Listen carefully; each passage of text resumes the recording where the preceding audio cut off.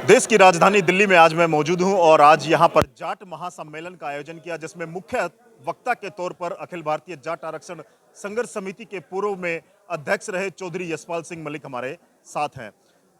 मलिक साहब, क्या एजेंडा रहा जाट महासम्मेलन की दिल्ली से शुरुआत की गई? तय ये है कि जगह जगह जाट सम्मेलन आयोजित किए जा रहे। 26 तारीख को चौधरी छोटूराम धाम का स्थापना दिवस है, वहाँ भी एक राष्ट्रीय स्तर का जाट सम्मेलन होगा।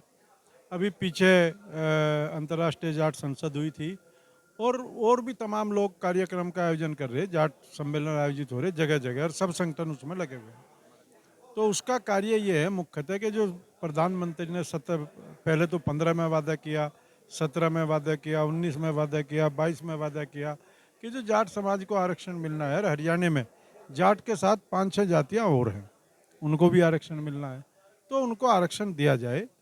तो उसी पे आज मुख्यतः ये जाट सम्मेलन दिल्ली प्रदेश था, जिसमें मुख्य पदाधिकारी उत्तर प्रदेश और हरियाणा के भी शामिल थे, केवल पदाधिकारी।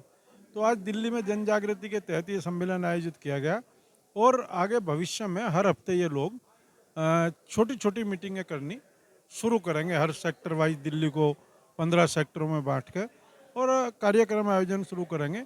और उत्तर प्रदेश में 26 नवंबर के बाद उत्तर प्रदेश में भी बड़े कार्यक्रम, मंडल स्तरीय बड़ी रैलियाँ आयोजित होगी। मलिक साहब, बड़ा अवसर है। आपने मंच से भी कहा था कि 5 राज्यों में विधानसभा के चुनाव भी हैं और 2024 में लोकसभा के चुनाव हैं। आपकी बात सही कानों तक पहुंचे, ये उचित समय है?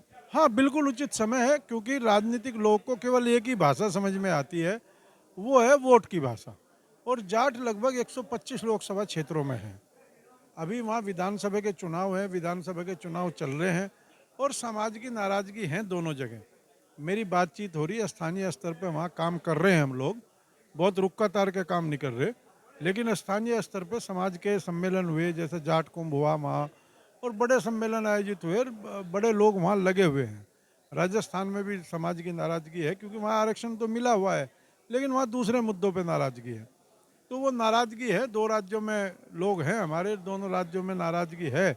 और आने वाला लोकसभा चुनाव है, तो उसके बाद अभी जब तक वहाँ के रिजल्ट आएंगे तब तक हम उत्तर प्रदेश, हरियाणा यहाँ पे काम कर रहे। वहाँ के रिजल्ट आने के बाद लोकसभा चुनाव में 125 लोकसभा सीटों के प्रभारी नियुक्त होंगे और उसके बाद फिर काम करना शुरू करेंगे। मलिक साहब, आपने मंच से एक और बहुत महत्वपूर्ण बात कही थी आरक्षण को लेकर के, कि आरक्षण क्यों जरूरी है और आरक्षण का क्या महत्व है। आपने एक संदर्भ का उल्लेख किया था कि ओबीसी, यदि जाट को हरियाणा में और केंद्र में ओबीसी का दर्जा दिया जाता, तो आपने उदाहरण बड़ा स्टिक दिया था कि हरियाणा प्रदेश भाजपा अध्यक्ष धनखड़ की विदाई ना होती और एक ओबीसी को प्रदेश अध्यक्ष ना बनाया जाता। बिल्कुल, कारण क्या है कि यहाँ दिल्ली में जाट और ओबीसी का कार्ड नहीं खेला जा सकता, क्योंकि जाट भी ओबीसी है। उत्तर प्रदेश में भी नहीं खेला जा सकता, वहाँ ओबीसी के अध्यक्ष हैं भूपेंद्र चौधरी, लेकिन आते तो वे जाट समाज से ही हैं।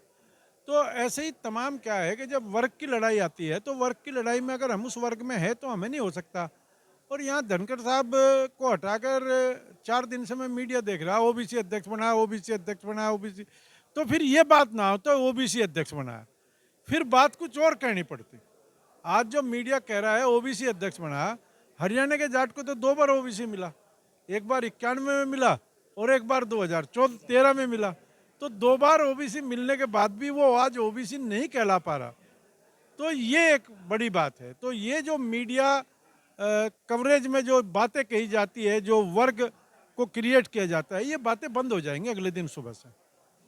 चलिए, जाट आरक्षण के और जाट समाज के हकों के लिए, मान सम्मान स्वाभिमान के लिए वर्षों से लंबी लड़ाई लड़ते आ रहे चौधरी यशपाल मलिक जी ने आज देश की राजधानी से बड़े घोषणाएं की हैं, बड़ा जाट समाज को प्रेरित भी किया है। देखते हैं आने वाले चुनावों को लेकर के किस तरह से इसके परिणाम सामने आते हैं। और दूसरा, समाज को जागृत करने के लिए जिस तरह से लगे हुए हैं चौधरी यशपाल मलिक जी और पूरी टीम इनकी लगी हुई है, उसका कितना असर होता है। हमारे साथ चौधरी रणधीर सिंह एडवोकेट भी हैं, जो जाट सेवा संघ जसिया के चेयरमैन के रूप में है। और हाल ही में चौधरी यशपाल मलिक जी ने भी एक बड़ी घोषणा की है कि 26 नवंबर को, तो एडवोकेट साहब के मुंह से ही जानना चाहते हैं, 26 नवंबर को जसिया में जो जाट सेवा संघ है उसमें क्या बड़ा कार्यक्रम होने जा रहा है?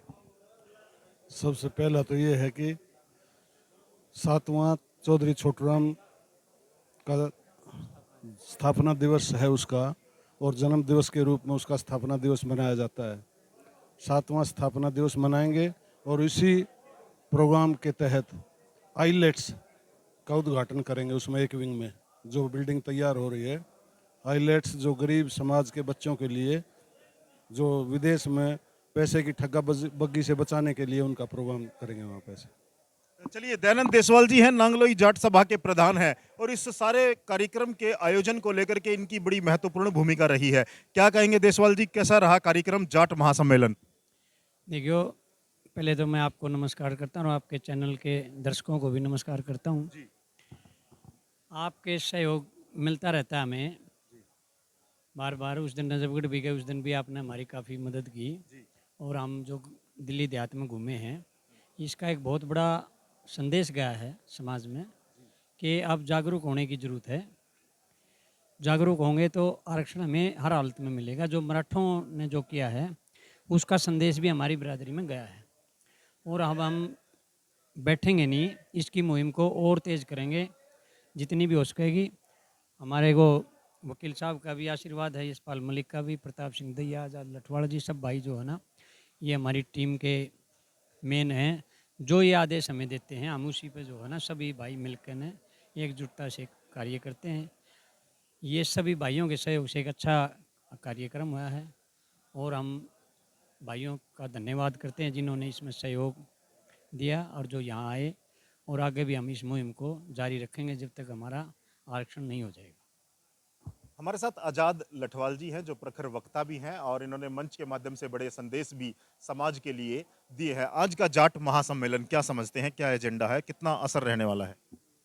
देखिए संजय भाई, आज हम कुछ परिस्थितियां ऐसी थी, सामाजिक परिस्थितियां, जिसकी वजह से हम आरक्षण की लड़ाई जो है ना उसको गति नहीं दे पाए थे। और जिस तरह कोरोना रहा, किसान आंदोलन रहा, तो उन परिस्थितियों को देखते हुए हमने भी थोड़ा अपने उसको कार्यक्रम को धीमा चला रखा था। लेकिन अब जो है ना आज से इसका ये समझो बिगुल बज गया है आरक्षण की लड़ाई का।